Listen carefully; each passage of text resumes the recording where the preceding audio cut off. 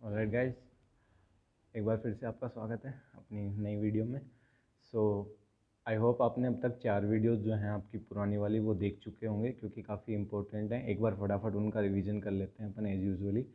तो सबसे पहले अपन ने देखा था आपकी इम्यूनिटी क्या होती है। अपन ने बोला था कि आपकी इम्यूनिटी मतलब आपका जो एंटीजन आने पे जो भी आपका रिस्पॉन्स होता है आपकी बॉडी का, उसको अपन इम्यूनिटी कहते हैं। 2 टाइप की थी आपके, एक्टिव पैसिव, जिसमें आपके नेचुरल और आर्टिफिशियल भी था। फिर अपन ने उसके एग्जाम्पल पढ़े थे। देन अपन ने पढ़ा था आपकी एंटीबॉडीज़ क्या क्या होते हैं, जिसमें अपन ने 5 एंटीबॉडीज़ पढ़ी थी, IgG, M, IgA, IgD and IgE, ये सब पढ़े थे अपन ने। उसके बाद अपन ने उनका मॉलिकुलर वेट वगैरह, उनका फंक्शन वगैरह डिस्कस किया था। देन नेक्स्ट क्लास में अपन ने देखा था कि जो एंटीजन एंटीबॉडी रिएक्शन होती है, आप उसको कैसे पता लगाते हो, प्लस आप उसका यूज़ कैसे लेते हो इन लैब्स, जिसमें अपन ने प्रेसिपिटेशन, फ्लोकुलेशन, इसके अलावा आप बोल सकते हो कि इम्यूनो इलेक्ट्रोफोरेसिस वगैरह। और इसके अलावा अपन ने पढ़ा था कि आपके जो बाइंडिंग वगैरह होते हैं, जैसे डाई वगैरह, फ्लोरोसेंट वगैरह का, एलिजा टेस्ट वगैरह, ये सब अपन ने ऑलरेडी पढ़ चुके हैं। आज अपन थोड़ा सा और डिटेल में बात करने वाले हैं इम्यून सिस्टम की। यानी आपका जो इम्यून सिस्टम होता है पूरी बॉडी में, आपको आप बोल सकते हो आपकी बॉडी में चाहे कहीं से भी आपका कोई भी एंटीजन आपके इंटर करे, आपकी बॉडी तुरंत रिस्पॉन्स दिखाती है। यानी आपकी पूरी बॉडी को प्रोटेक्ट करता है आपका इम्यून सिस्टम। तो वो इम्यून सिस्टम आपकी बॉडी में कहाँ कहाँ प्रेजेंट रहता है, प्लस उसमें कौन कौन से कंपार्टमेंट मेजरली होते हैं, यानी आप उसके स्ट्रक्चर एंड फंक्शंस के बारे में अपन यहाँ पे डिस्कस करेंगे। तो एक बार थोड़ा सा अपन बेसिक कुछ इंट्रोडक्शन में समझ लेते हैं कि आपका क्या होता है इम्यून सिस्टम। तो अपन ये बोलते हैं मेजरली जो इम्यून सिस्टम होता है आपके, वो अपन 2 तरीके से बांटते हैं आप उसको। एक तो होता है आपका सेल मीडिएटेड, और एक होता है ह्यूमोरल इम्यूनिटी, ठीक है, जिसमें एंटीबॉडी वगैरह नाम लेते हैं अपन। अब इस ह्यूमोरल को ही अपन थोड़ा सा डिस्कस करें तो अपन ये बोलते हैं कि आपकी बॉडी में जो एंटीबॉडीज़ वगैरह होती हैं, या आप बोल सकते हो आपका जो स्पेसिफिक इम्यूनिटी बनाने का काम करते हैं, वो आपकी काम करती हैं लिम्फोइड सेल्स। आपकी बॉडी में क्या मिलते हैं, ब्लड में स्पेशली, ठीक है, लिम्फोइड सेल्स देखने को मिलती हैं, जिनको अपन लिम्फोसाइट्स भी बोलते हैं या फिर प्लाज्मा सेल्स भी बोलते हैं, ठीक है। तो लिम्फोसाइट्स जो होती हैं आपके, वो मेजरली आपकी काम करते हैं किसका, प्रोटेक्शन का।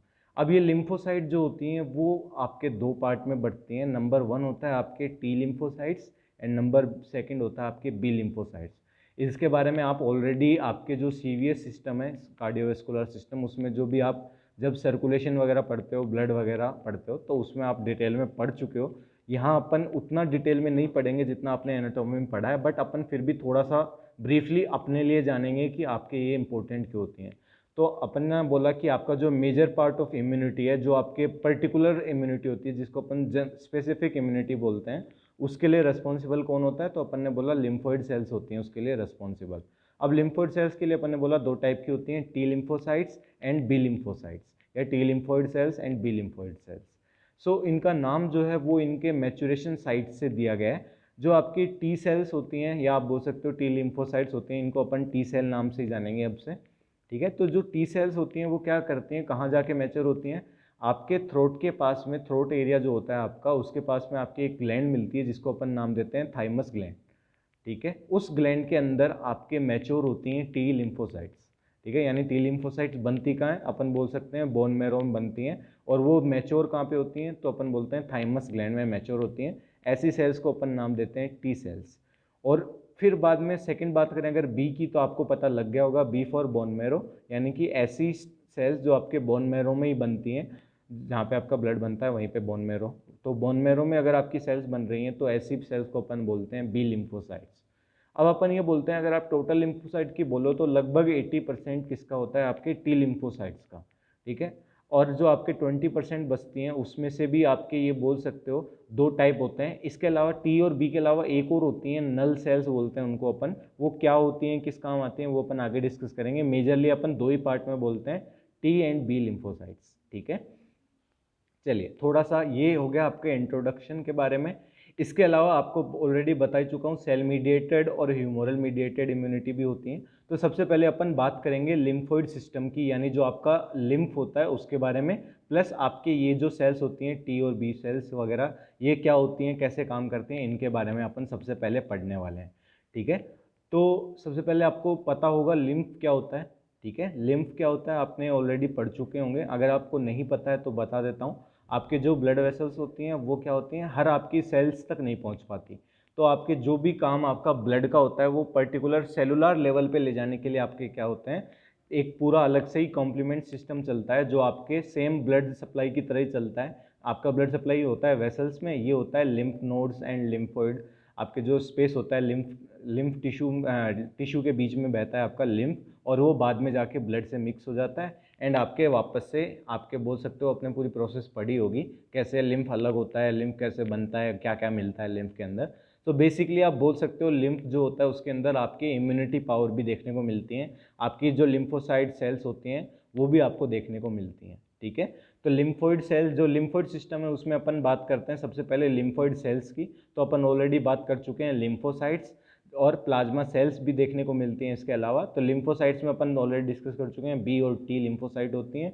प्लाज्मा सेल्स के बारे में अपन आगे देखेंगे जब अपन आगे पढ़ेंगे तब। नेक्स्ट अपन बात करें अगर लिम्फोइड सिस्टम के ऑर्गन्स की, यानी जो लिम्फ होता है, लिम्फ का आपका जो सिस्टम है पूरा, उसमें ऑर्गन कौन कौन से होते हैं, तो यहाँ दो मेन ऑर्गन देखने को मिलते हैं। एक तो अपन बोलते हैं सेंट्रल, जिसको अपन थाइमस वगैरह नाम देते हैं, एक तो वो हो गया एग्जाम्पल है सेंट्रल का थाइमस, और एक होता है पेरिफेरल। पेरिफेरल में आप नाम दे सकते हो कि आपका जो सेकेंडरी लिम्फोइड ऑर्गन्स होते हैं जैसे कि स्प्लीन वगैरह, ये आप ऑलरेडी आपको अगर पढ़ा दिया है तो बहुत अच्छी बात है, अगर नहीं पढ़ा है तो एनाटॉमी में आप पूरा अलग से एक सिस्टम पढ़ोगे लिम्फोइड सिस्टम, उसमें आपके डिटेल में आ जाएगा थाइमस कैसे काम करती है, आपके जो स्प्लीन होती है जिसको अपन ग्रेवयार्ड ऑफ आरबीसी बोलते हैं वो कैसे काम करती है, क्या स्ट्रक्चर होती है, और उसमें से लिम्फ आपके कैसे इंपॉर्टेंट है वो आपकी बॉडी के लिए वगैरह वगैरह। ये सब अपन यहाँ नहीं पढ़ेंगे वरना बहुत लंबा हो जाएगा, एनाटॉमी का लेक्चर हो जाएगा माइक्रो की जगह। सो अपन ये तो नहीं पढ़ने वाले हैं। बाकी अपन ये देख लेते हैं कि आपके यहाँ पे क्या होता है। स्पेशली अपन ने बोला दो पार्ट में बांट सकते हो आपका जो लिम्फोइड सिस्टम होता है उसको। एक तो होता है आपका सेंट्रली, यानी जो लिम्फोइड जहाँ से आपके डायरेक्टली कनेक्टेड होता है, और एक होता है पेरिफेरली, यानी जो आपके पेरिफेरल सिस्टम में सप्लाई करता है वो वाला। ठीक है, तो यहाँ अपन बोलते हैं सेंट्रली में आपके बहुत सारी वैसे तो ऑर्गन्स आते हैं, बट अपन यहाँ बोल सकते हैं थाइमस आपकी बॉडी का जो पार्ट है उसमें थाइमस आता है सबसे इंपॉर्टेंटली सेंट्रली में। एंड पेरिफेरली यानी जिसका कोई इनडायरेक्ट रोल नहीं है, इनडायरेक्ट रोल है, उसमें आपके बोलते हैं अपन स्प्लीन आता है, लिम्फ नोड आता है। इसके अलावा जो माइल्ड होते हैं टिश्यूज़ वो भी आपके काम में आते हैं, जो आपके अलग अलग ऑर्गन्स में देखने को मिलते हैं। ठीक है, ये क्या होता है ये आप एनाटॉमी पढ़ोगे तो इसलिए अपन इतना डिटेल में डिस्कस नहीं कर रहे हैं। नेक्स्ट अपन बात कर लेते हैं इम्यून रिस्पॉन्स की। तो अपन ऑलरेडी बात कर चुके हैं कि दो तरीके की से आपकी बॉडी इम्यूनिटी का रिस्पॉन्स करती है कोई भी एंटीजन के खिलाफ। एक तो होता है सेल मीडिएटेड और एक होता है ह्यूमोरल या एंटीबॉडी मीडिएटेड। यानी आपकी बॉडी दो तरीके से रिस्पॉन्स करती है, नंबर 1 एंटीबॉडी बना के, और नंबर 2 कुछ स्पेसिफिकली सेल्स को रिलीज करके, या सेल्स आपकी बॉडी को प्रोटेक्ट करने का काम करती हैं। तो सबसे पहले अपन एंटीबॉडी के बारे में बात करेंगे, यानी एंटीबॉडी मीडिएटेड इम्यूनिटी या फिर ह्यूमोरल मीडिएटेड इम्यूनिटी। ठीक है, उसके बारे में डिस्कस करेंगे। उसके बाद अपन डिस्कस करेंगे सेल मीडिएटेड इम्यूनिटी क्या होती है और वो आपको कैसे मिलती है। ठीक है, तो सबसे पहले अपन बात करें अगर, तो सबसे पहले अपन बात कर लेंगे सेल्स ऑफ लिम्फोरेटिकुलर सिस्टम, यानी आपके जो जो सिस्टम होता है जिसमें सेल्स कौन कौन से देखने को मिलती हैं। यानी जो सेल मीडिएटेड इम्यूनिटी, आपकी जो टी लिम्फोसाइट और बी लिम्फोसाइट है, अपन इसकी बात कर रहे हैं यहाँ पे। जो लिम्फोइड सेल्स वगैरह हैं उसकी बात कर रहे हैं अपन। तो लिम्फोइड सेल्स में आपके क्या देखने को मिलता है, अपन ने ऑलरेडी डिस्कस कर चुके हैं, 3 टाइप की सेल्स देखने को मिलती हैं, T lymphocytes, B lymphocytes and आपके बोल सकते हो एक नल सेल्स भी देखने को मिलती हैं। तो अपन यहाँ ऑलरेडी डिस्कस कर चुके हैं, लगभग आपके 70% कौन सी देखने को मिलती हैं, आपके लगभग टी लिम्फोसाइट 70% होती हैं, 20% आपके बी लिम्फोसाइट होती हैं एंड 10% आपकी नल सेल्स होती हैं। ठीक है, अब अपन बात करें अगर, तो ये काम क्या करती हैं। तो जैसा अपन ने पढ़ा था, आप लोगों को याद दिला देता हूँ, आपने याद हो तो अपन ने ऐसे बताया था कि आपकी ये एंटीबॉडी स्ट्रक्चर होती हैं। इसके अलावा यहाँ पे साथ में कुछ और स्ट्रक्चर्स भी देखने को मिलती हैं जिनको अपन बोलते हैं एंटीजन बाइंडिंग साइट्स। वहाँ पे आपके क्या करते हैं, रिकॉग्निशन कुछ सेंटर्स मिलते हैं जो आइडेंटिफाई करते हैं किसको, एंटीजन को। ठीक है, जो बाइंडिंग साइट होती हैं वो कैसे पता लगाती हैं एंटीजन है या फिर आपकी बॉडी का ही पार्ट है। तो उनके अंदर कुछ क्या होते हैं, रिकॉग्निशन सेंटर होते हैं जिसके द्वारा वो पता लगाते हैं कि ये आपकी बॉडी का पार्ट है या फिर ये कोई फॉरेन बॉडी है। अगर वो फॉरेन बॉडी है तो आपकी बॉडी क्या करेगी, तुरंत इम्यून रिस्पॉन्स स्टार्ट कर देगी। तो अपन यहाँ डिस्कस कर रहे हैं मेजरली टी और जो बी लिम्फोसाइट होती हैं एंड जो नल सेल्स होती हैं उनका काम क्या होता है। तो यहाँ अपन ने सबसे पहला काम क्या बोला, ये क्या करती हैं, आपके एंटीजन को आइडेंटिफाई करती हैं, रिकॉग्निशन ऑफ द एंटीजन। ये किसका काम होता है, आपके जो आपके लिम्फोसाइट्स जो होती हैं, चाहे वो टी हों चाहे बी हों, दोनों ये मेजरली काम करती हैं, बट अपन यहाँ लिम्फोसाइट ही नाम देंगे कॉमनली। तो सबसे पहला नाम क्या हो गया आपका कि एंटीजन को क्या करती हैं, रिकॉग्नाइज करके का काम करती हैं। नेक्स्ट होता है टी सेल्स का। अगर आपको पार्ट्स के याद हो, आपने मेरे ख्याल से आपको पढ़ा चुके हैं ऑलरेडी, तो आपको एक बार डायरेक्ट बात कर लेते हैं अपन। टी सेल्स जो होती हैं आपको, उनको अपन 4 पार्ट में बांटते हैं। नंबर 1 होता है आपके टी किलर सेल्स, सेकंड होता है टी हेल्पर, थर्ड होता है टी मेमोरी, एंड लास्ट होता है आपका क्या, टी सप्रेसर। तो यहाँ पे जो आपका टी मेमोरी सेल्स होते हैं, उनका काम क्या होता है कि जैसे ही आपकी बॉडी ने टी लिम्फोसाइट्स बनाई किसी पर्टिकुलर एंटीजन के खिलाफ, तो इनका काम होता है टी मेमोरी का उस बनी हुई स्ट्रक्चर को याद रखना, ताकि जब अगली बार आपका वही सेम एंटीजन आए तो आपकी बॉडी को उसको आइडेंटिफाई करके इतनी मेहनत ना करनी पड़े, आप डायरेक्ट क्या कर सको, एंटीबॉडी बना सको उसके खिलाफ। तो वो काम किसका रहता है, आपके टी मेमोरी सेल्स का रहता है। तो आप बोल सकते हो एक तरीके से इन जो लिम्फोसाइट सेल्स हैं, इनका काम क्या है, सबसे पहला रिकॉग्नाइजेशन करना, सेकेंड हो गया आपके मेमोरी बनाना, एंड आपका थर्ड क्या हो गया, रिकॉग्निशन करना। इनको अपन ट्रिपल आर के नाम से याद रखते हैं, R R R, R for recognition, R for आप बोल सकते हो रेमबरेंस और memory, and R for response. ठीक है, ट्रिपल आर इनका मेन फंक्शन बोलते हैं अपन, ये आपके याद रखने के लिए ये। ओके, सो ये जो इम्यूनिटी थी आपके जो होती है, वो क्या करती हैं, आपके जो टी लिम्फोसाइट्स होती हैं या जो टी सेल्स होती हैं, वो क्या करते हैं, आपके सेलुलर मीडिएटेड इम्यूनिटी या जो CMI था, सेल मीडिएटेड इम्यूनिटी, उसको शो करने का काम कौन करती हैं, आपके टी सेल्स। ठीक है, टी सेल्स क्या करती हैं, कुछ पर्टिकुलर प्रोडक्ट्स बनाती हैं जिनको नाम देते हैं अपन लिम्फोकाइंस, और वो लिम्फोकाइंस क्या करते हैं, आपके बॉडी में सेल मीडिएटेड जो इम्यूनिटी थी उसको एक्टिवेट करने का, या आप बोल सकते हो सेल मीडिएटेड इम्यूनिटी शो करवाते हैं।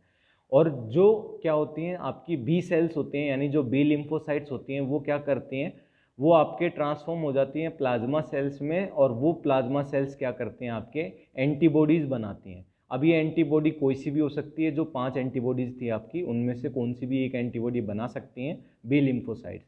तो आप बोल सकते हो आपका जो 2 टाइप के रेस्पॉन्स थे, नंबर 1 रेस्पॉन्स था सेल मीडिएटेड, और नंबर 2 था आपका ह्यूमोरल, या आप बोल सकते हो एंटीबॉडी मीडिएटेड। तो जो आपके लिम्फोसाइट्स थी उसमें आपके 2 पार्ट अपन ने बातें मेनली, जो टी लिम्फोसाइट और बी लिम्फोसाइट्स।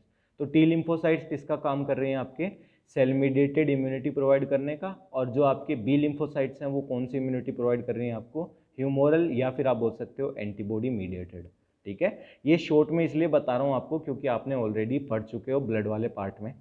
ठीक है, नेक्स्ट अपन बात कर लेते हैं आपके जो टी लिम्फोसाइट्स होते हैं, जिनके बारे में अपन ऑलरेडी वैसे डिस्कस कर चुके हैं, यहाँ अपन उनके काम देख लेंगे। ठीक है, ओके, तो वही सेम चार हैं आपके, T helper, T killer, T suppressor and T memory. ठीक है, सो यहाँ अपन सबसे पहले बात कर लेते हैं आपके ये काम कैसे कैसे करते हैं। तो यहाँ एक बार आपको समझा देता हूँ फटाफट। सो अपन सबसे पहले बात कर लेते हैं टी किलर सेल की। तो नाम से आपको पता लग रहा होगा, टी किलर का मतलब क्या होता है, किल करने वाला। यानी ये वाली जो सेल्स होते हैं, ये क्या करती हैं, जो आपके एंटीजन होता है उससे बाइंड होके उसको क्या करती हैं, किल करने का काम करती हैं। ठीक है, नंबर 2 होती हैं आपके टी हेल्पर, जो one of the most important होती हैं आपके। ये क्या करती हैं, आपके बी लिम्फोसाइट्स को भी, बी लिम्फोसाइट होती हैं वो, और ये एक दूसरे को क्या करती हैं, एक्टिवेट करने का काम करती हैं। यानी आप बोल सकते हो आपका जो ह्यूमोरल या एंटीबॉडी मीडिएटेड जो आपकी इम्यूनिटी है उसको एक्टिवेट करने में भी आपके काम करती हैं। प्लस ये इसके अलावा और क्या काम करती हैं, ये क्या करती हैं, आइडेंटिफाई करने का काम करती हैं कि आपके ये क्या है, एंटीजन है कि नहीं है। और ये क्या करती हैं, टी किलर सेल्स को, यानी आप बोल सकते हो जो आपने ये वाली फर्स्ट सेल्स लिखी हैं, इनको प्रोड्यूस करवाने में भी हेल्प करती हैं टी हेल्पर सेल्स।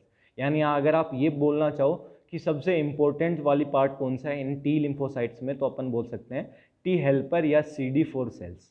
यहाँ आपकी नॉलेज के लिए बता दूं, जो आपकी HIV होता है उसके अंदर, आपका जो HIV वायरस होता है वो किसके अंदर ग्रो करता है, आपके CD4 सेल्स के अंदर ग्रो करता है और उनको डिस्ट्रॉय करता है। जब आपके पास टी हेल्पर सेल्स नहीं है तो आपकी टी किलर सेल्स बनेंगी नहीं। अगर आपकी टी किलर सेल्स नहीं बनेंगी तो जो नॉर्मल एंटीजन होगा कोई भी, उसके खिलाफ एंटीबॉडी आपकी नहीं बनेंगी, क्योंकि बी लिम्फोसाइट्स भी एक्टिवेट नहीं हो रही हैं, एंटीबॉडी भी नहीं बन रही है, किलर सेल्स भी नहीं बन रही हैं। तो अल्टीमेटली क्या होगा, छोटी से छोटी डिजीज़ भी आपको क्या कर सकती है, डेथ की तरफ ले जा सकती है। ठीक है, तो आपके जो टी सेल्स होती हैं, जो स्पेशली टी हेल्पर, वो one of the most important होती हैं। टी मेमोरी का काम अपन ऑलरेडी डिस्कस कर चुके हैं। लास्ट है टी सप्रेसर। टी सप्रेसर क्या करती है, जैसे ही आपका प्रोटेक्शन का काम हो जाता है तो टी जो आपके सप्रेसर हैं वो टी किलर को सप्रेस करने का काम करती हैं। अगर ये वाली नहीं हो आपके पास तो आप बोल सकते हो टी किलर सेल्स रुकेंगे नहीं, और एक तरीके का कैंसर होता है, ऑटो इम्यून डिजीज होती है, वो आपको हो जाती है। ठीक है, तो टी हेल्पर सेल्स की अपन ने बात करी तो अपन ने बोला बी सेल रेस्पॉन्स है उसको प्रोड्यूस करने का काम करती हैं। यहाँ पे अपन ने ऑलरेडी देख सकते हो आप। ठीक है, बी सेल रेस्पॉन्स प्रोड्यूस करने का काम करती हैं। इसके अलावा ये क्या करती हैं, आपके ऑप्टिमम इम्यून रिस्पॉन्स यानी मैक्सिमम इम्यून रिस्पॉन्स किसकी वजह से होता है, आपके CD4 सेल्स की वजह से होता है। ठीक है, इसमें भी आपके जो सेल्स होते हैं उसमें आपके जो 65% होते हैं आपके जो टी हेल्पर होती हैं, और suppressor cell 35% circulating T lymphocyte का रोल निभाती हैं। टी सप्रेसर्स के लिए अपन ने बोल दिया इम्यून रिस्पॉन्स को ब्लॉक करती हैं, यानी वो टी हेल्पर को सप्रेस करेंगी तो टी किलर ऑटोमेटिकली सप्रेस हो जाएगा। तो ये अल्टीमेटली आपके जो टी किलर सेल्स हैं उनको प्रोटेक्ट करने का काम करती है, उनको सप्रेस करने का काम करती है। इसके अलावा टी हेल्पर और बी हेल्प सेल्स दोनों को क्या करती है, सप्रेस करने का काम करती हैं CD8 सेल्स। नेक्स्ट अपन बात कर लेते हैं इफेक्टर सेल्स, यानी आप बोल सकते हो साइटोटॉक्सिक सेल्स या TC सेल्स। ये भी आपके बहुत कम टाइप में देखने को मिलती हैं। ये क्या करती हैं, आपके टी सेल्स का ही एक सब पार्ट्स बोल सकते हो आप। तो जो आपके वायरली इन्फेक्टेड जो सेल्स होती हैं, ठीक है, यानी आप बोल सकते हो ये जो साइटोटॉक्सिक टी सेल्स हैं ये क्या करती हैं आपकी बॉडी में, खुद की बॉडी में, यानी आपकी सपोज एक नॉर्मल सेल थी, उसमें आपके वायरस ने एंट्री ले ली है, तो वो क्या हो गई, आपके डिजीज कोज करने में हेल्प कर रही है, या फिर इस सेल को क्या हो गया, कैंसर हो चुका है, यानी ये अनकंट्रोल्ड ग्रोथ कर रही है। तो उसको डिस्ट्रॉय करने का कौन सा सेल काम करती हैं, साइटोटॉक्सिक TC सेल्स या T सेल्स। ठीक है, ये क्या करती हैं आपके साइटोटॉक्सिक सेल्स, ये आपकी नॉर्मल सेल्स जो आपके अब नॉर्मल चेंज हो चुकी हैं उनको डिस्ट्रॉय करने का काम करती हैं। नेक्स्ट अपन बात करें अगर delayed type hypersensitivity cells, तो ये क्या करती हैं, टाइप 4 हाइपर सेंसिटिविटी के लिए रेस्पॉन्सिबल होती हैं। अब ये टाइप 4 क्या होती है, ये जब अपन हाइपर सेंसिटिविटी पढ़ेंगे तब आपको डिटेल में बता दूंगा कि ये डिलेड टाइप हाइपर सेंसिटिविटी का रोल कहाँ आता है। ठीक है, चलिए आगे बात कर लेते हैं। जो अपन ने 10% नल सेल्स बताई थी, उस नल सेल्स में दो मेन सेल्स होती हैं, एक तो होती हैं किलर सेल्स और एक होती हैं आपके नेचुरल किलर सेल्स, यानी K सेल्स और NK सेल्स। तो जो किलर सेल्स होती हैं नल सेल्स में दो पार्ट हो गए आपके, killer cells and natural killer cells. तो जो किलर सेल्स या K सेल्स होती हैं वो क्या करती हैं, एंटीबॉडी डिपेंडेंट होती हैं। यानी सबसे पहले क्या होगा, जैसे ही आपकी बॉडी में कोई भी इम्यून रिस्पॉन्स आया, यानी आप बोल सकते हो एंटीजन आपकी बॉडी में एंट्री किया। ठीक है, एंटीजन आपकी बॉडी में एंट्री करने का मतलब आप समझ सकते हो दो जगह एंट्री कर सकता है ये, या तो ये ब्लड में है अभी, और या फिर ये कहाँ पे, टिश्यू लेवल पे पहुँच चुका है। तो अगर ये टिश्यू लेवल पे पहुँच चुका है तो वहाँ पे आपके डायरेक्ट कौन सी आती हैं, सबसे पहले सेल मीडिएटेड इम्यूनिटी आती है आपके, और वो आपके अल्टीमेटली ह्यूमोरल इम्यूनिटी यानी एंटीबॉडी को प्रोड्यूस करने का काम करते हैं। सबसे पहले आपकी आती हैं T सेल्स और B सेल्स दोनों आती हैं। दोनों का काम आपको बताई दिया, वही T हेल्पर B को भी एक्टिवेट करेगी, प्लस ये T किलर को भी प्रोड्यूस करने का काम करेगी, और आपकी बॉडी एंटीजन के खिलाफ क्या बनानी स्टार्ट कर देगी, प्रोटेक्शन करना स्टार्ट कर देगी। सेकेंड, आपकी जो बी लिम्फोसाइट है वो किस में चेंज होंगी, एंटीबॉडी में, और वो एंटीबॉडी एंटीजन एंटीबॉडी रिएक्शन करवाएंगी। इसके अलावा जो किलर सेल्स होते हैं या जो K सेल्स होती हैं वो क्या करती हैं, डायरेक्टली आपके जो IgG बन रहा है, यानी इम्यूनोग्लोबुलिन जो G बन रहा है, ठीक है, वो आपके उसके हेल्प, IgG क्या कर रहा है, अपन ने बोला था ना, याद हो तो अगर आपको, IgG क्या करता है, 80% लगभग मिलता है, और ये क्या करता है आपके ब्लड और टिश्यू लेवल पे प्रोटेक्शन का काम करता है। तो ये कैसे काम करता है, अभी अपन ने बताया बी लिम्फोसाइट क्या कर रही हैं, एक सेकेंड थोड़ा सा यहाँ पे बता देता हूँ। आपने बोला बी लिम्फोसाइट क्या कर रही हैं, कन्वर्ट हो रही हैं एंटीबॉडी में।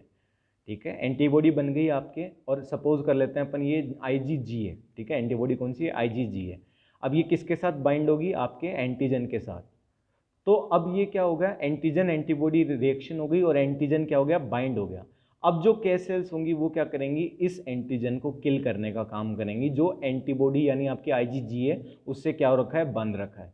और उसके लिए अपन क्या बोल सकते हैं, आपके ये K सेल्स का काम होता है। यानी K सेल्स का अगर आप बात करो काम क्या होता है, तो अपन बोलते हैं जो एंटीबॉडीज होती हैं, जो IgG सेंसिटाइज्ड होती हैं, उनको काम किल करने का ये काम करता है। और ये किसके ऊपर डिपेंडेंट होता है, एंटीबॉडी के डिपेंडेंट होता है, इसीलिए इसको अपन बोलते हैं antibody dependent cell mediated cytotoxicity या एडीसीसी।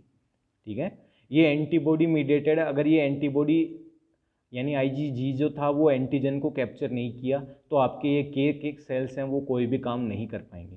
ठीक है, तो इसलिए के सेल्स को अपन बोलते हैं किसके ऊपर डिपेंडेंट है, ये एंटीबॉडी डिपेंडेंट है। नेक्स्ट अपन बात करें नेचुरल किलर सेल्स की यानी एनके सेल्स की, तो एनके सेल्स के लिए अपन क्या बोलते हैं, ये एंटीबॉडी पे डिपेंडेंट नहीं होती और ये क्या करती हैं, डायरेक्ट आपके एंटीजन के ऊपर एक्शन करने की कैपेसिटी रखती हैं। ठीक है, और ये आपके ऐसा माना जाता है, कोई एविडेंस नहीं है अपने पास, हार्ड एविडेंस नहीं है, बट अपन ऐसे बोलते हैं ये जो आपके नेचुरल किलर सेल्स होते हैं ये आपको वायरस के लिए प्रोटेक्शन करने का काम करते हैं। यानी आपको जब वायरल इन्फेक्शन होता है और इसके अलावा आपके अगर कैंसर हो रखा होता है तो उसमें आपके नेचुरल किलर सेल्स जो होती हैं वो आपको हेल्प करती हैं। तो आपको टी लिम्फोसाइट का काम समझ में आ गया होगा, आपको जो आपके नल सेल्स हैं उनका काम समझ में आ गया होगा। अब अपन बात कर लेते हैं बी लिम्फोसाइट्स की या प्लाज्मा सेल्स की। तो अपन बोल सकते हैं बी लिम्फोसाइट्स हैं वो क्या करते हैं, आपके प्लाज्मा सेल्स में ट्रांसफॉर्म हो जाती हैं जब आपके कोई भी एंटीजन आपकी बॉडी में एंटर करता है। अब ये प्लाज्मा क्या करती हैं, कुछ स्पेसिफिक एंटीबॉडी बनाती हैं जो आपके बहुत पर्टिकुलर स्पेसिफिक होती हैं उसी एंटीजन के खिलाफ। आप बोल सकते हो ऐसा क्यों नहीं होता कि डायरेक्ट ही ये पहले चेंज हो जाएं, तो अपन ने नाम दिया, याद होता आपको कि एक पर्टिकुलर एंटीजन के खिलाफ एक पर्टिकुलर एंटीबॉडी बनती हैं। तो क्या होता है, जब आपकी बॉडी में एंटीजन एंटर लेता है तो आपकी बॉडी की जो बी लिम्फोसाइट्स थी या बी सेल्स थी वो कन्वर्ट हो जाती हैं किसमें, एंटीबॉडीज़ में, और ये एंटीबॉडी अब इस पर्टिकुलर एंटीजन के लिए ही बनी है। ठीक है, और अब ऐसा मत बोलना कि अगर ये चेंज हो गई तो जो बी लिम्फोसाइट है उनका काउंट कम हो जाएगा, उनका काउंट कम नहीं होगा, ब्लड कंटिन्यूसली बनाता रहता है, प्लस ये रिकन्वर्ट भी हो सकती हैं, बहुत कम चांस में होते हैं, बट चलो वो छोड़ो, वो बाद की मैटर है अपना। अपन अभी यहाँ फिलहाल ये देख लेते हैं कि ये यहाँ से क्या हुआ। तो अपन ने बोला बी लिम्फोसाइट्स किस में चेंज हो गई, आपके पर्टिकुलर एंटीबॉडीज़ में चेंज हो गई जिनको अपन ने नाम दिया है IgM, IgG और IgA वगैरह अपन पढ़ चुके हैं ऑलरेडी। ठीक है, तो ये क्या होता है, आपके चेंज हो जाती हैं किसके अंदर, आपके इन एंटीबॉडीज़ में, और एंटीजन एंटीबॉडी रिएक्शन होता है और आपकी बॉडी क्या करती है, इसको डिस्ट्रॉय कर देती है एंटीजन को। अब आपको समझ में आ गया होगा कि जब अपन ने बात, ये चलो अपन ये आगे बात करेंगे, चलो छोड़ो नेक्स्ट स्लाइड में बात करेंगे, अभी नहीं करते हैं। नेक्स्ट अपन बात कर लेते हैं फेगोसाइटिक सेल्स की। ठीक है, आपकी ये जो टी सेल्स थी, बी सेल्स थी, ये सब हो गई आपकी। ठीक है, लिम्फोसाइट्स के बारे में अपन ने डिस्कस कर चुके हैं। लिम्फोसाइट्स एक बार दोबारा रिपीट कर देता हूँ। लिम्फोसाइट्स में अपन 3 पार्ट में मेजरली बांटते हैं, T cells, null cells and B cells. T के लिए अपन ने बोला 4 टाइप की थी, टी किलर जो किल करने का काम करती है, टी हेल्पर जो आपके कैश को एक्टिवेट करने का काम करती है, बी को। ठीक है, इसके अलावा टी किलर को भी प्रोड्यूस करने का काम करती है, टी मेमोरी, जिसके लिए अपन ने बोला था कि वो अगर अगली बार इन्फेक्शन हुआ तो उसके लिए ऑलरेडी मेमोरी बना के रखती है ताकि अगली बार आपको इतना लंबा प्रोसेस ना करना पड़े। और लास्ट होता है टी सप्रेसर जो आपके बी लिम्फोसाइट और टी हेल्पर को सप्रेस करने का काम करती है, अल्टीमेटली टी किलर को भी सप्रेस करने का काम करती है। नेक्स्ट अपन ने पढ़ा नल सेल्स, जिसमें अपन ने 2 पढ़े, killer and natural killer. Killer के लिए अपन ने बोला कि जब बी आपकी जो है बी लिम्फोसाइट जब वो चेंज हो जाएगी एंटीबॉडी में तो एक एंटीजन एंटीबॉडी कॉम्प्लेक्स बनेगा, और ये स्पेसिफिकली IgG जो होती है उसके साथ, तो ये उसके साथ जुड़ के उसको अब एंटीजन को किल करने का काम करता है, उसको बोलते हैं अपन killer cells. And natural killer के लिए अपन ने बोला जब आपको वायरल इन्फेक्शन होता है उसके लिए प्रोटेक्शन का काम करते हैं, इनको इस पर्टिकुलर रिएक्शन की ज़रूरत नहीं होती, यानी ये एंटीबॉडी की रिएक्शन की ज़रूरत नहीं होती। लास्ट अब अपन पढ़ रहे हैं बी सेल्स। बी सेल्स के लिए अपन ने ऑलरेडी डिस्कस कर चुका कि अपन बी सेल्स क्या करती हैं, जैसे कोई एंटीजन आता है तुरंत किस में कन्वर्ट हो जाती हैं, एंटीबॉडीज़ में चेंज हो जाती हैं। अब अपन लिम्फोसाइट्स के बाद जो सेकेंड प्रोटेक्टर होते हैं वो होते हैं आपके फेगोसाइटिक सेल्स। फेगो का मतलब होता है इंगल्फमेंट। ठीक है, किसी सॉलिड पार्टिकल को क्या करना, इंगल्फ कर लेना या अंदर ले लेना, उसको बोलते हैं फेगो। ठीक है, एंड साइटो मीन्स सेल, यानी आप बोल सकते हो इंगल्फमेंट ऑफ द सेल्स। यहाँ सेल अपन किससे डिनोट कर रहे हैं, एंटीजन से, यानी ऐसी सेल्स जो आपके एंटीजन को क्या कर लेती हैं, इंगल्फ कर लेती हैं। एंटीजन सॉलिड है, ठीक है, कोई डिस्कस करने की जरूरत ही नहीं है। सो इंगल्फमेंट क्या हो गया आपके, यानी आप बोल सकते हो फेगोसाइटोसिस जो होता है वो क्या होता है, फेगोसाइटोसिस का मतलब हो गया आपके कोई एक ऐसी सेल है जो क्या कर रही है, किसी पर्टिकुलर सेल या आप बोल सकते हो एंटीजन को इंगल्फ करके उसको डिस्ट्रॉय करने का काम कर रही है। और ऐसी सेल्स को अपन नाम देते हैं मैक्रोफेजेस। जो आपने पढ़ा होगा ना, ब्लड के अंदर आपके बहुत सारे पार्ट्स थे, उसमें भी आपके B lymphocyte, T lymphocyte, macrophages, micro जो वगैरह थे, उसमें भी फिर बाद में अलग अलग पर्टिकुलर सेल्स थे, ठीक है। मैक्रोफेजेस के अंदर भी फिर बाद में आपके आरबीसी, डब्ल्यूबीसी, इधर की तरफ अगर क्लासीफाई करें तो वो वाला चार्ट अगर आपको याद होगा तो आप इजीली डिफाइन कर पाओगे फेगोसाइटिक जो मैक्रोफेजेस होती हैं वो कहाँ से बनती हैं। यहाँ अपन सिर्फ इनका काम डिस्क्राइब करेंगे। तो मैक्रोफेजेस के लिए अपन ने बोला ये क्या करती हैं, फेगोसाइटोसिस करने का काम करती हैं। अब अपन सेकंड बात कर लेते हैं, स्पेसिफिक इम्यून रिस्पॉन्स।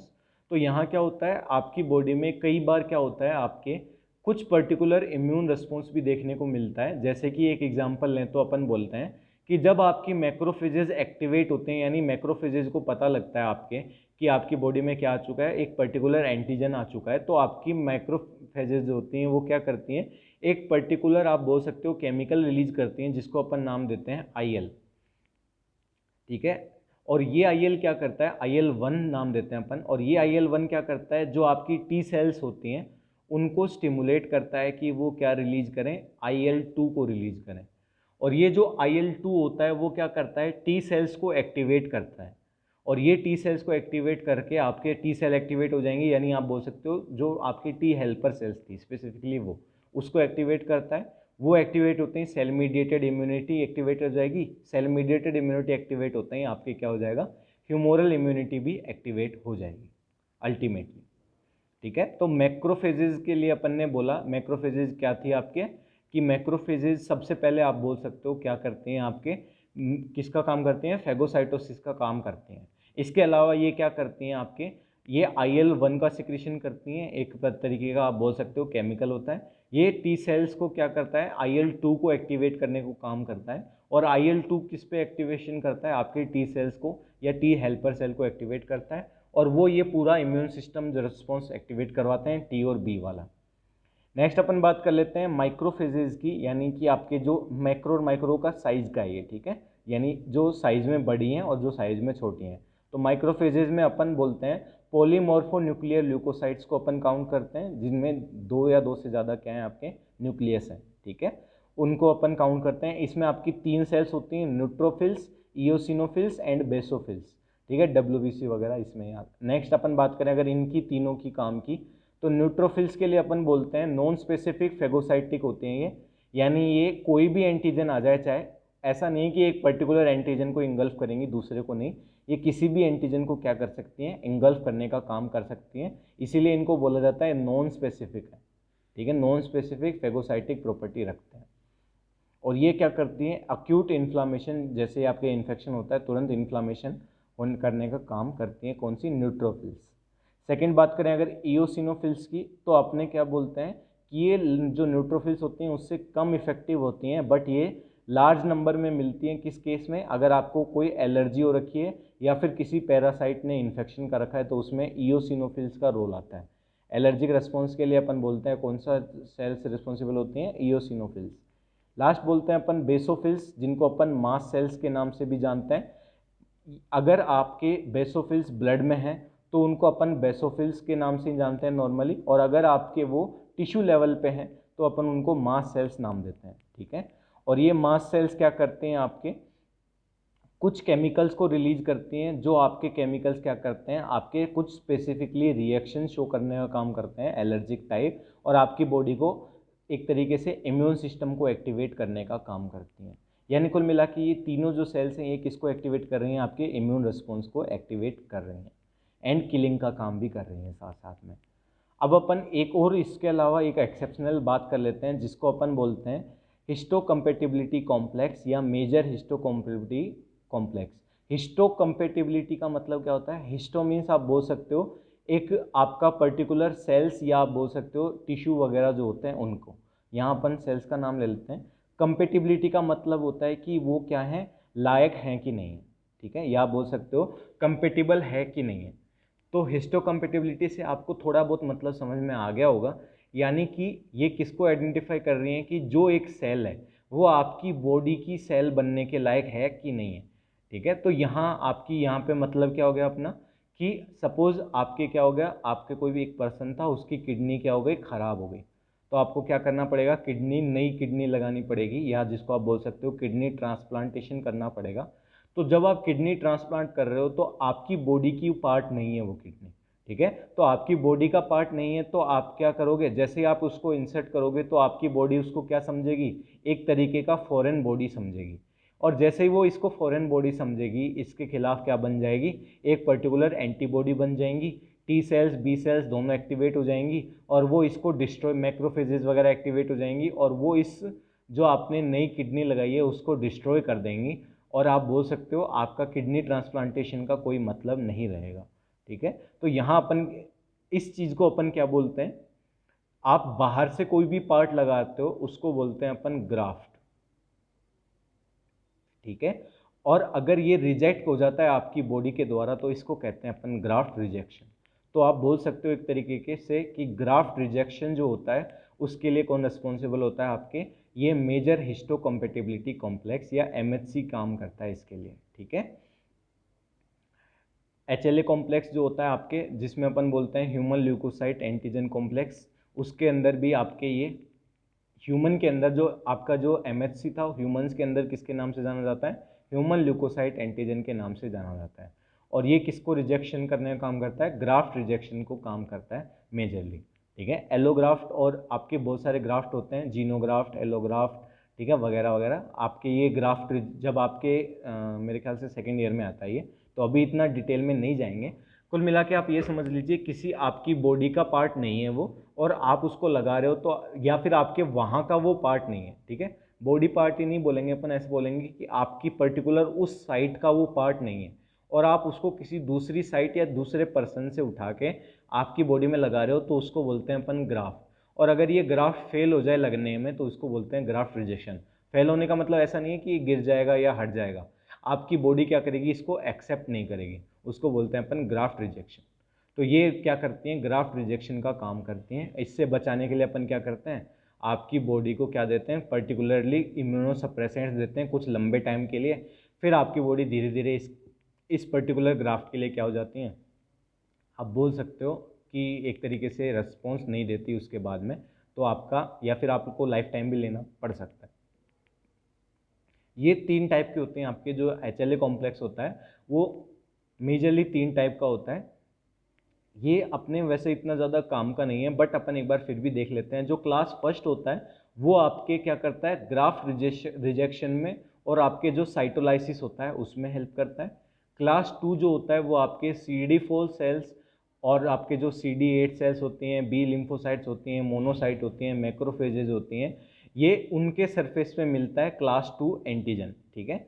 और ये क्या करता है, आपके जो रेस्पॉन्स होता है ग्राफ्ट होस्ट रेस्पॉन्स, और उसका एक्टिवेशन करने का काम करता है। यानी कि आप बोल सकते हो कि जब आपके सपोज यहाँ पे आपने क्या किया, कोई भी एक स्किन या फिर आप बोल सकते हो किडनी आपने इंसर्ट कर दिया, आपने किडनी को क्या कर दिया, इम्प्लांट कर दिया है, तो किडनी क्या कर रही है यहाँ पे, आपकी बॉडी के लिए as a foreign body response कर रही है। तो यहाँ पे क्या होगा, आपकी फॉरेन बॉडी के खिलाफ क्या होंगी, ये जो सारी सेल्स हैं जिनका अपन ने यहाँ नाम लिया है, ठीक है, ये सारी सेल्स क्या होंगी, तुरंत इसके खिलाफ आपके एक्शन लेंगी, और इसी एक्शन को लेने के लिए इनकी सरफेस पे क्या मिलता है, आपके क्लास 2 MHC एंटीजन देखने को मिलता है। ये अपन यहाँ क्यों पढ़ रहे हैं, ताकि अपन ग्राफ्ट रिजेक्शन को रोक सकें। क्लास 3 जो होता है उसके अंदर ये क्या होता है, आपके कुछ कॉम्प्लीमेंट कंपोनेंट्स जो होते हैं, कॉम्प्लीमेंट्स अपन ने पढ़े थे क्या होते हैं, ठीक है, तो वो उसके लिए अपन बोल सकते हैं उसके ऊपर देखने को मिलता है, ठीक है। क्लास फर्स्ट, ये कुछ एग्जांपल्स हैं इनके कौन कौन से होते हैं, ये आपके इतने ज़्यादा इंपॉर्टेंट नहीं है, ये बस आपकी नॉलेज के लिए लिखवाया हुआ है, तो इतना ज़्यादा डिफाइन नहीं करेंगे, बाकी ये एक तरीके का एग्जाम्पल है। ओके, चलिए एक बार फटाफट रिवीजन कर लेते हैं। अब अपन एक बार थोड़ा ओके, एक्चुअली एक बार अपन थोड़ा दोबारा से देख लेते हैं, ठीक है। अब अपन बात कर रहे हैं एक एग्जाम्पल के साथ, जिसमें अपन ये बोलेंगे कि आपकी बॉडी में एक फॉरेन बॉडी आया है, ठीक है, उसके बाद में आपकी बॉडी कैसे रेस्पॉन्स करती है। तो सबसे पहले अपन बोलते हैं आपकी बॉडी में एंटीजन इंटर किया। अब ये 2 जगह इंटर कर सकता है, डायरेक्ट ब्लड में या फिर आप बोल सकते हो टिश्यू लेवल पे, ठीक है। सबसे पहले अपन बात कर लेते हैं ये कहाँ पे आया है, आपके ब्लड में आया है, ठीक है, सपोज ब्लड में आया है। सो ब्लड में आपके क्या देखने को मिल रहा है, आपके प्लाज्मा देखने को मिल रहा है, प्लाज्मा के अंदर प्लाज्मा सेल्स हैं और उसके अंदर भी आप बोल सकते हो लिम्फोसाइट सेल्स हैं। तो आपकी बॉडी क्या कर रही है, तुरंत आपकी जो लिम्फोसाइट है, जैसे ही आपकी ब्लड के कांटेक्ट में आएगा एंटीजन, आपकी लिम्फोसाइट्स क्या होंगी, तुरंत एक्टिवेटेड हो जाएंगी और वो क्या करेंगी, आपके एंटीबॉडी वगैरह बनाने का काम कर देंगी। लिम्फोसाइट एक्टिवेट होंगी, मैक्रोफेजेज एक्टिवेट होंगे, मैक्रोफेजेज वापस से फर्दर और ज़्यादा इंक्रीज करेंगे टी लिम्फोसाइट्स को।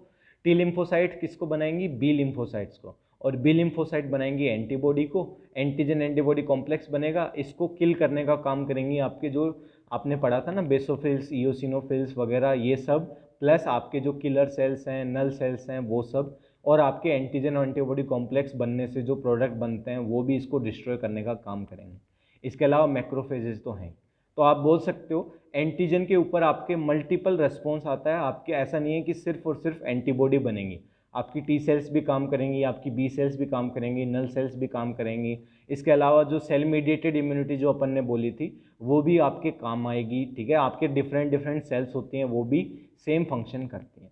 तो आप बोल सकते हो जैसे आपकी बॉडी में एंटर हुआ ये एंटीजन, आपकी बॉडी क्या करती है, कॉम्प्लेक्स रिस्पॉन्स दिखाती है। सेम अपन अगर बात करें ये टिश्यू लेवल पे एंटर हुआ है, ठीक है, आपके ब्लड में नहीं हुआ है, टिश्यू लेवल पे एंटर हुआ है। तो टिश्यू लेवल पे एंटर होने के बाद आपके ब्लड, वहाँ पे ब्लड सप्लाई तो होती है टिश्यू लेवल पे, अगर ब्लड नहीं है तो लिम्फेटिक सप्लाई है। तो वहाँ से आपकी जो टी और बी सेल्स हैं, स्पेशली जो मैक्रोफेजेस वगैरह हैं, वो वहाँ पे पहुँच जाती हैं। वही सेम प्रोसेस यहाँ पे भी होती है, टी सेल्स एक्टिवेटेड होती हैं, बी सेल्स एक्टिवेटेड होती हैं, एंटीबॉडी बनती है, ये एंटीजन एंटीबॉडी कॉम्प्लेक्स बनता है, और ये सब अपन ऑलरेडी डिस्कस कर चुके हैं, दोबारा बताने की ज़रूरत नहीं है। तो ये जो पूरा रिस्पॉन्स था आपका इम्यून सिस्टम का एक सेल, तो ये इसको अपन ने दो पार्ट में बांटा है, एक तो क्या जो आपकी सेल्स काम कर रही हैं वो, और एक अपन ने नाम दिया है प्लस इसके साथ क्या है, ह्यूमोरल या एंटीबॉडी मीडिएटेड। सेल मीडिएटेड के लिए अपन ने बोला टी सेल्स रेस्पॉन्सिबल होती हैं, और ह्यूमोरल के लिए अपन ने बोला बी सेल्स रेस्पॉन्सिबल होती हैं, ठीक है। इसके अलावा आपके और भी बहुत सारी चीज़ें हैं जो आपको नेक्स्ट क्लास में डिस्कस करेंगे अपन, कि ये जो पूरा प्रोसेस हुआ है, ठीक है, टी लिम्फोसाइट बनना, बी लिम्फोसाइट बनना, ये एंटीजन एंटीबॉडी कॉम्प्लेक्स बनना, आपकी उसका पर्टिकुलर डिस्ट्रक्शन होना और दोबारा उसका आना, यानी जो नेक्स्ट क्लास होगी उसमें अपन क्या पढ़ेंगे, कि एक बार थोड़ा सा बेसिकली बता देता हूँ 2 मिनट में, कि आपकी बॉडी में सबसे पहले जब आपने एंटीजन इंसर्ट किया तो आपकी बॉडी कैसे रिस्पॉन्स शो करती है, और जब वो दोबारा आता है तब आपकी बॉडी कैसे रिस्पॉन्स शो करती है, वो अपन पढ़ेंगे कल या जो नेक्स्ट क्लास होगी उसके अंदर, ठीक है।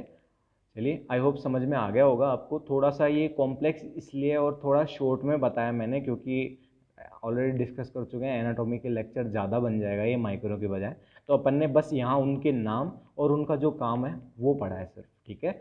नेक्स्ट क्लास में अपन वापस से आपका जो ये इम्यून रिस्पॉन्स है, ये जो ये आपने ग्राफ बनाया, ये क्या एक तरीके का इम्यून रिस्पॉन्स है, तो ये कैसे आता है, प्राइमरी इम्यून रिस्पॉन्स क्या होता है, सेकेंडरी इम्यून रिस्पॉन्स क्या होता है, वो अपन नेक्स्ट क्लास में पढ़ेंगे, ठीक है। चलिए, थैंक यू। अगर आपको कुछ समझ में नहीं आया तो आप बिल्कुल मुझसे पूछ सकते हैं, ओके।